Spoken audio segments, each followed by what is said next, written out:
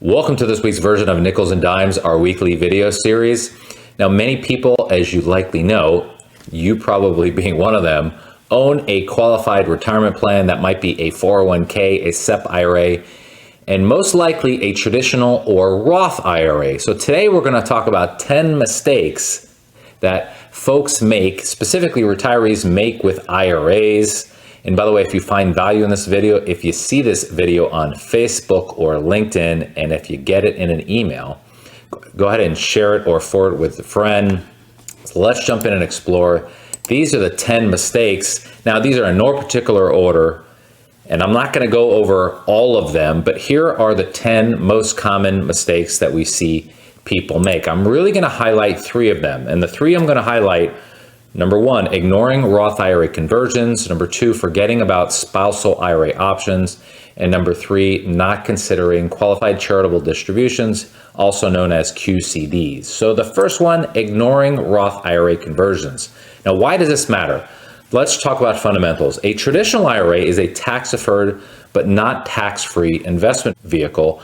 When you begin taking required minimum distributions, those withdrawals or distributions are taxed at ordinary income. Now, conversely, the Roth IRA grows tax-free, but distributions are also tax-free provided you're over age 59 and a half and the account has been open for at least 5 years.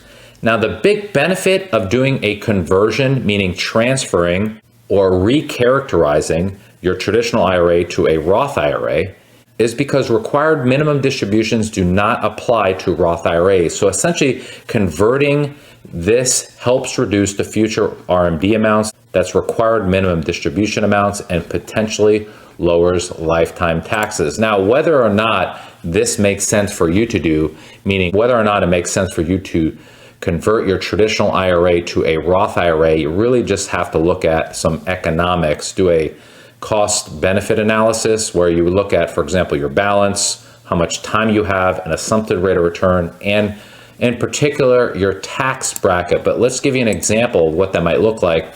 Imagine a 65-year-old retiree with $1 million in a traditional IRA and minimal income. Let's assume that person converts $50,000 to $100,000 a year from his traditional IRA. We convert it to a Roth IRA, staying within a manageable tax bracket. For example, 12 or 22% effective. Over several years, the benefit is that we move significant money into a tax-free vehicle, reducing future required minimum distributions and giving them tax flexibility in retirement. That is really cool. Again, if the economics work, you might consider doing a Roth conversion. The second mistake folks make is forgetting about spousal IRA options. Now, why does this matter? A surviving spouse essentially has 3 main options when inheriting a traditional or Roth IRA. Number 1, treat it as their own IRA, i.e. a spousal rollover. Number 2, remain as a beneficiary, also known as an inherited IRA, or take a lump sum distribution. In many cases, that probably wouldn't make sense because of the large taxation. But let's look at an example. Let's just say Susan, age 58, inherits a $500,000 traditional IRA from her husband, who was 72. If she rolls it into her own IRA, she'd owe a 10% penalty on withdrawals before age 59 and a half. Now, by keeping it as an inherited IRA for now, she can take the needed distributions penalty-free. Now, once she turns age 59 and a half, she could roll it into her own IRA to delay required minimum distributions. Now, as I noted earlier with the Roth conversion, you'd have to look at just a simple analysis or review if one of these 3 tools makes sense. Meaning, does it make more sense to, if you inherited an IRA from your spouse, does it make sense to treat it as your own IRA or spousal rollover? Does it make sense to treat it as an inherited IRA?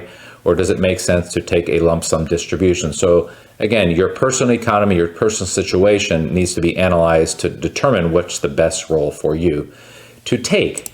The third mistake folks make that we often see is if you're charitably inclined, many folks don't consider a qualified charitable distribution. Now, why does this matter? Because many retirees continue making charitable donations using after-tax dollars, and they try to deduct them on Schedule A, which may not benefit them if they're taking a standard deduction. Well, a QCD, a qualified charitable distribution, reduces adjusted gross income directly, potentially lowering your Social Security, Medicare premiums, and exposure to net investment income tax. That's this NIIT.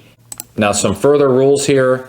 You must be age 70 and a half or older on the date of distribution. Funds must come directly from the IRA custodian to the charity of your choice, and you cannot take receipt of the money. Keep that in mind. The charity must be a 501c3 organization. Tools like donor advised funds and private foundations do not qualify for qualified charitable distributions. The QCD amount actually has been indexed to up to $108,000 in 2025 that can be used to satisfy part or all of your required minimum distribution. And keep in mind, you can't claim the QCD as a charitable deduction if it's excluded from your income. So let's look at an example. John, age 74, has a $40,000 required minimum distribution this year. He's charitably inclined, so he directs $20,000 of his IRA directly to a local charity through a QCD and takes the remaining $20,000 as a distribution for personal use. He only reports $20,000 of income from his IRA.